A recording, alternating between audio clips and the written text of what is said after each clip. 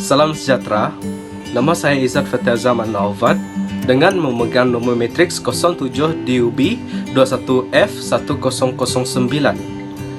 Pada hari ini, saya akan membentangkan tentang penghayatan etika dan peradaban bertajuk projek dengan mengulas drama. Drama yang kami ulas ialah drama Sarjan Hassan yang dilakonkan oleh Tan Sri P. Ramlee. Filem ini diarahkan oleh Lamberto Avellana dari Filipina, manakala Tan Sri P. Ramlee menjadi penolong pengarah dalam filem Sarjan Hassan ini. Tan Sri P. Ramlee juga berlakon dan menjadi watak utama sebagai Sarjan Hassan dalam filem ini. Filem ini juga berdasarkan daripada kisah benar, iaitu tentang perjuangan seorang tentera Tanah Melayu yang bernama Sarjan Hassan atau lebih dikenali sebagai Hassan bin Haji Osman yang telah berkorban kepada negara kita pada zaman penjajahan Jepun ke Tanah Melayu pada 8 Disember 1941. Seterusnya, saya ingin menerangkan tentang sinopsis tentang filem Sarjan Hassan ini.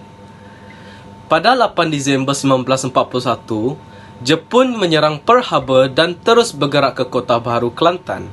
Pada mulanya, Sarjan Hassan bersama tentera Melayu berjaya mengawal laluan darat bagi mengekang kemarahan askar Jepun ke seluruh Tanah Melayu. Tetapi, Aziz berasa tidak puas hati dengan Hassan kerana Hassan merupakan musuh ketat Aziz sejak kecil lagi. Dan Aziz merancang taktikalnya sendiri tanpa persetujuan Hassan sebagai ketua askar. Disebabkan ketidakpuasan hatinya itu, mereka menjadi tawanan perang kerana kesilapan taktikal yang dirancang oleh Aziz tersebut gagal dan Hassan menyelamatkan Aziz tercedera daripada peperangan. Disebabkan keadaan menjadi huru-hara, Hassan juga mengalami kecederaan akibat dipukul oleh askar Jepun.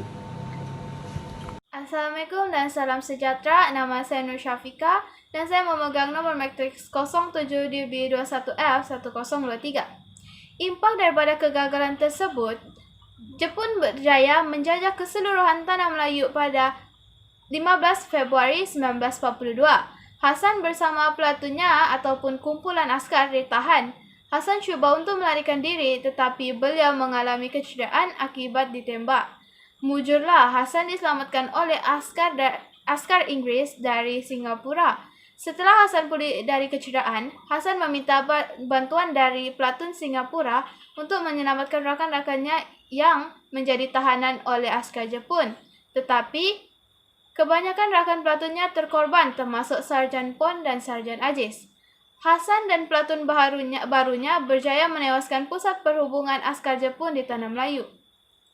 Setelah Hassan pulang ke kampung, Hassan menggunakan Ahling sebagai orang tengah untuk menewaskan saki-baki askar Jepun dan polis tentera di Jasin, Melaka.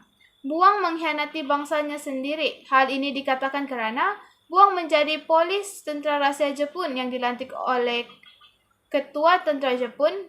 Buang menangkap penduduk kampungnya yang menyimpan radio amatur serta menjadi tali baru askar Inggris. Setelah menangkap ayah Salma kerana memiliki radio amatur, Buang memaksa Salma untuk mengawininya. Ahling membantu Salma untuk menghantar surat kepada Hassan. Setelah Hassan menerimanya, beliau dengan pelatunnya memusnahkan lori tahanan polis tentera dan menyelamatkan ayah Salma. Itu sahaja dari saya. Terima kasih. Hai, nama saya Benchan Kokyo memegang nombor matriks 07 DUB 21F1029. Hari ini saya ingin menyambung sinopsis cerita Sarjan Hassan. Buang menjadikan Salma, Pak Lebay dan Mina sebagai tawanan atas arahan ketuanya. Di malam harinya terdapat berita yang mengatakan peperangan telah berakhir di mana Jepun menyerah kalah pada Perang Dunia Kedua.